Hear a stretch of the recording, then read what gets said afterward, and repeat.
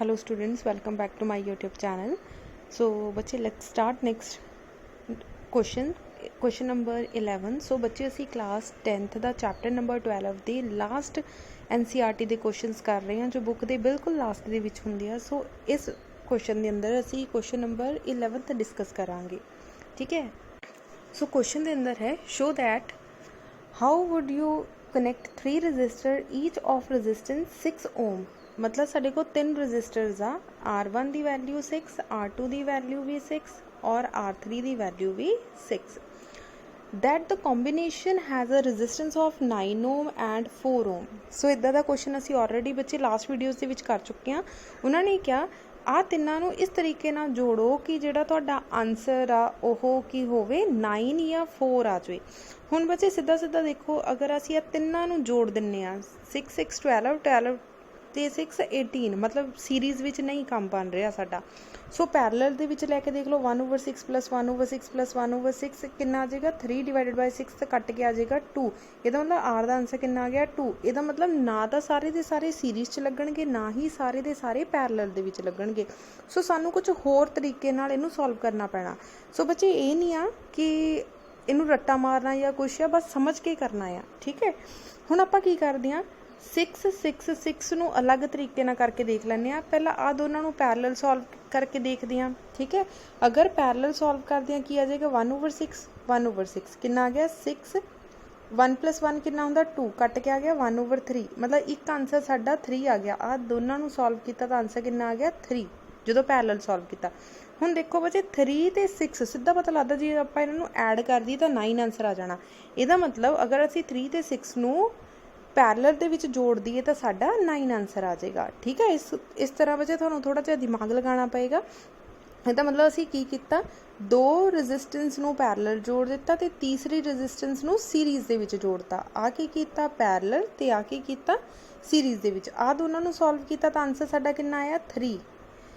6 + 3 कितना हो जाएगा 9। ध्यान नाल देख लो बच्चे, आ की फॉर्मूला लगाया पैरलल का जो भी आंसर आएगा उन्होंने दूसरे दे नाल की कर देना ऐड, ठीक है, सीरीज़ दे विच लगा दिता। क्लीयर हो गया।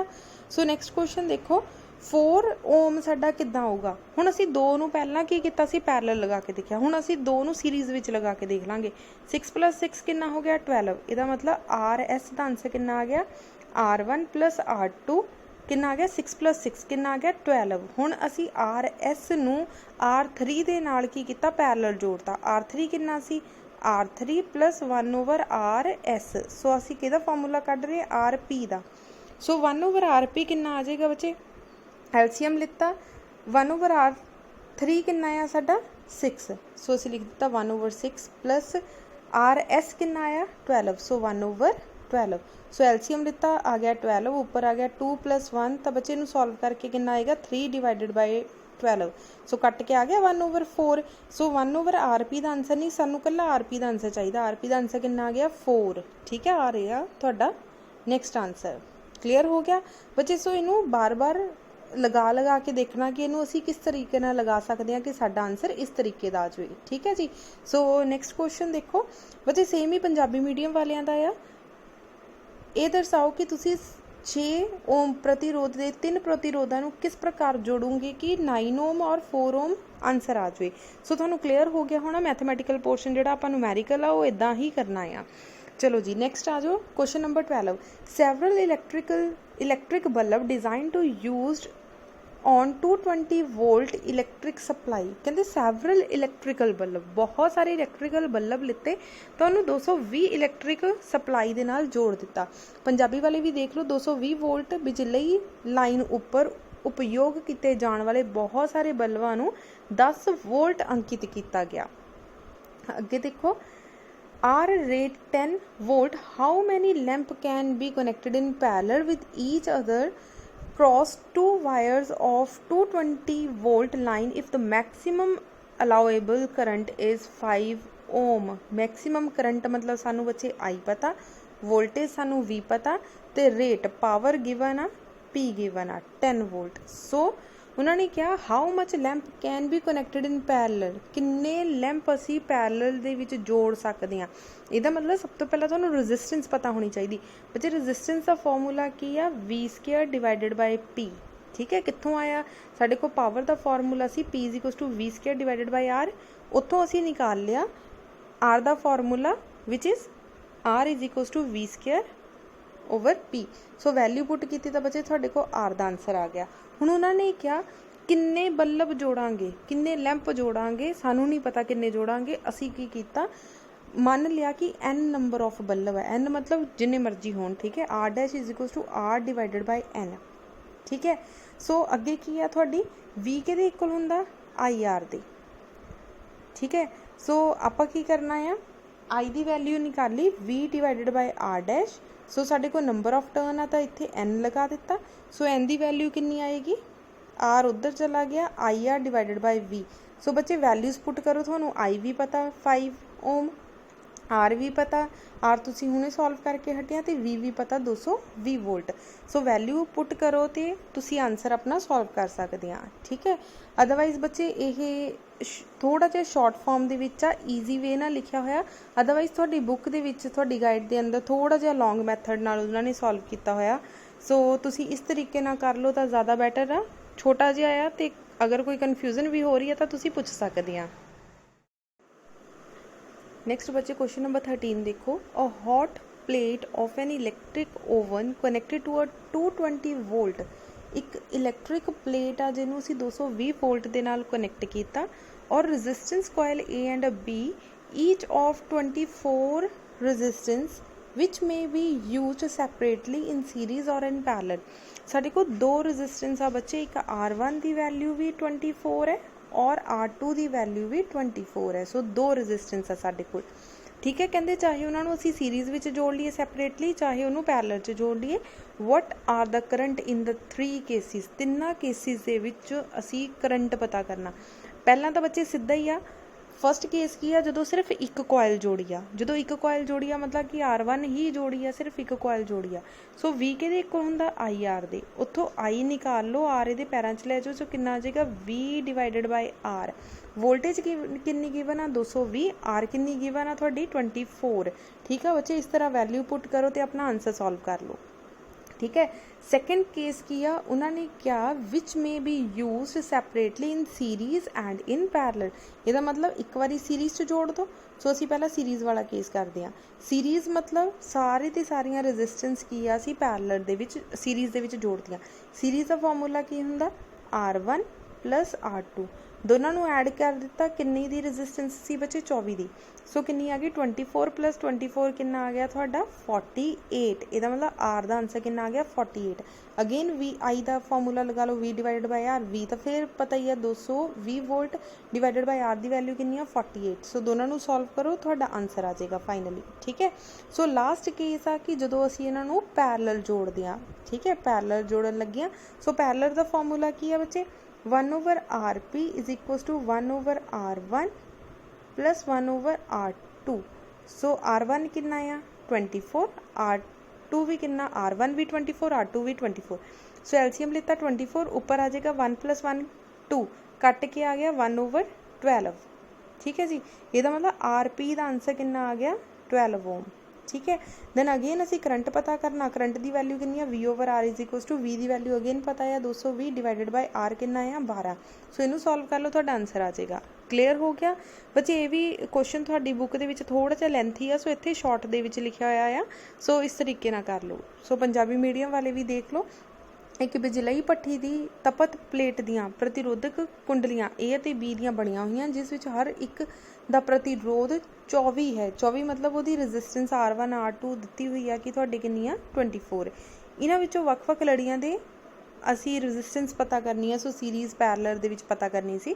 ਸੋ ਤੁਹਾਨੂੰ ਕਲੀਅਰ ਹੋ ਗਿਆ ਹੋਏਗਾ ਬੱਚੇ, ਮੈਥਮੈਟੀਕਲ ਪੋਰਸ਼ਨ ਇਸ ਤਰੀਕੇ ਨਾਲ ਹੀ ਲਿਖਣਾ ਆ। ਠੀਕ ਹੈ, ਅੱਗੇ ਦੇਖੋ, compare the power use in a 2 ohm resistance.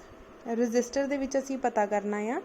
ठीक है, a 6 battery in series with 1 ohm and 2 ohm resistance। पहला तो सानू दो रजिस्टेंस गिवन है, एक 1 ओम तो एक 2 ओम। सो असी की लिख दिता, सब तो पहला रजिस्टेंस ही लिख दी सीरीज़ दे विच। सीरीज़ का फॉर्मूला की हुंदा RS is equals to R1 plus R2। बच्चे हर बारी फॉर्मूला लिखना जरूरी है।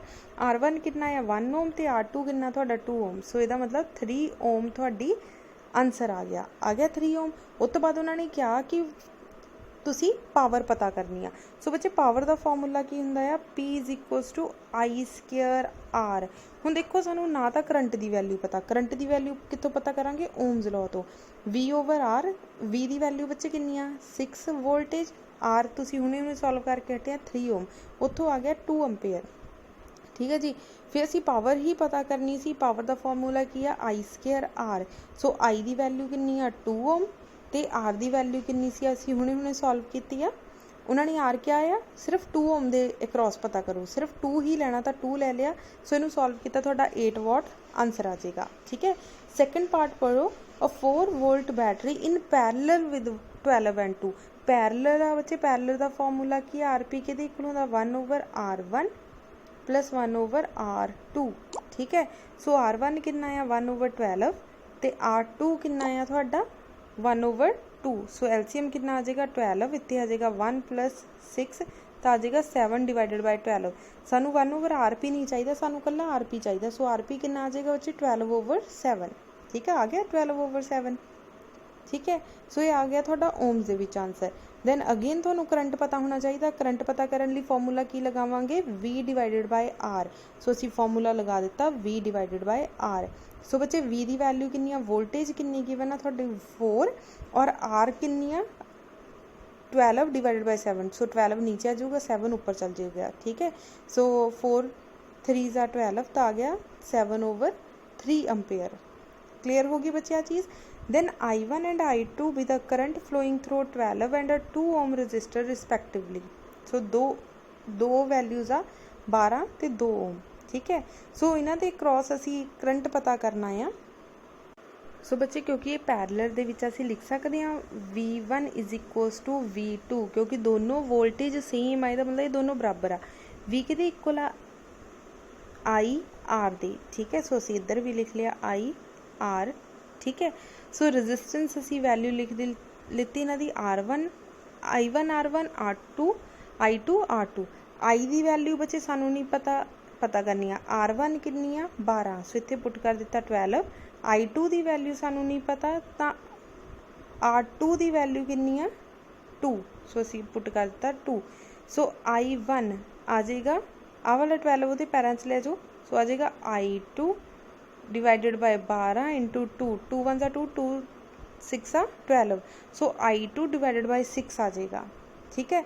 सो टोटल करंट कितना होएगा, आ वाला बच्चे जिहड़ा ध्यान डायग्राम देखो, जिहड़ा I करंट आ अगे जाके दो पार्ट्स दे विच डिवाइड हो रहा आ रहा I करंट, इत्थे जाके दो पार्ट्स विच डिवाइड हो गया। ऊपर आ गया I1, नीचे आ गया I2।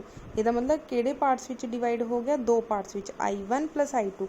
I1 की वैल्यू कितनी I2 डिवाइडेड बाय 6, सो इदा लिख दिता I2 की जगह ते I2। सो एलसीएम लिता तो आ गया 6, ऊपर कितना आ गया I2 प्लस 6 I2। सो 6 नू 1 दे नाल ऐड किया आ गया 7 I2 डिवाइडेड बाय 6। ठीक है। आ थोड़ी टोटल करंट की वैल्यू आ गई। ठीक है जी। दैन I की वैल्यू ऑलरेडी सानू पता है 7 डिवाइडेड बाय 3, असी हुणे सॉल्व की सी आ रही। ठीक है। 7 डिवाइडेड बाय 3, सो इत्थे पुट कर दी 7 डिवाइडेड बाय 3। 7 ना 7 कट, 3 1 ज़ा 3, 3 2 ज़ा 6, आ गया 2 एम्पेयर। ठीक है। दैन असी पावर पता करनी सी 2 ओम रजिस्टेंस के अक्रॉस। लास्ट विच क्वेश्चन देखो कि compute the power, compare the powers, power compare करनी है। सो पावर का फॉर्मूला I स्केयर R, क्योंकि असी I2 निकालिया तो पैर विच 2 पा दो। ठीक है। I कितना निकालिया तुसी 2 एम्पेयर, सो इत्थे पुट कर दिता 2 दा स्केयर। R कितना है 2, सो सारे नू सॉल्व किया तो तुहाडा आ गया 8 वाट आंसर। ठीक है। सो 12th क्वेश्चन देख लो बच्चे, सेम इसे तरह आ तुहाडा पंजाबी मीडियम वालियां दा। सेम मैथमैटिकल पोर्शन तुसीं इदां ही करना है जिद्दां कि आपां हुणे करके हटे इंग्लिश मीडियम दे विच। अगर किते भी कोई प्रॉब्लम होवे बच्चे तुसीं पुछ सकदे आ। सो इस वीडियो दे विच असीं क्वेश्चन नंबर 11 12 13 एंड 14 सॉल्व कीता। अगर तुहानूं किसी भी क्वेश्चन च कोई प्रॉब्लम होवे, तुहाडे कोल कोई सम ना निकलदा होवे तां तुसीं पुछ सकदे आ। ठीक है। Thank you so much.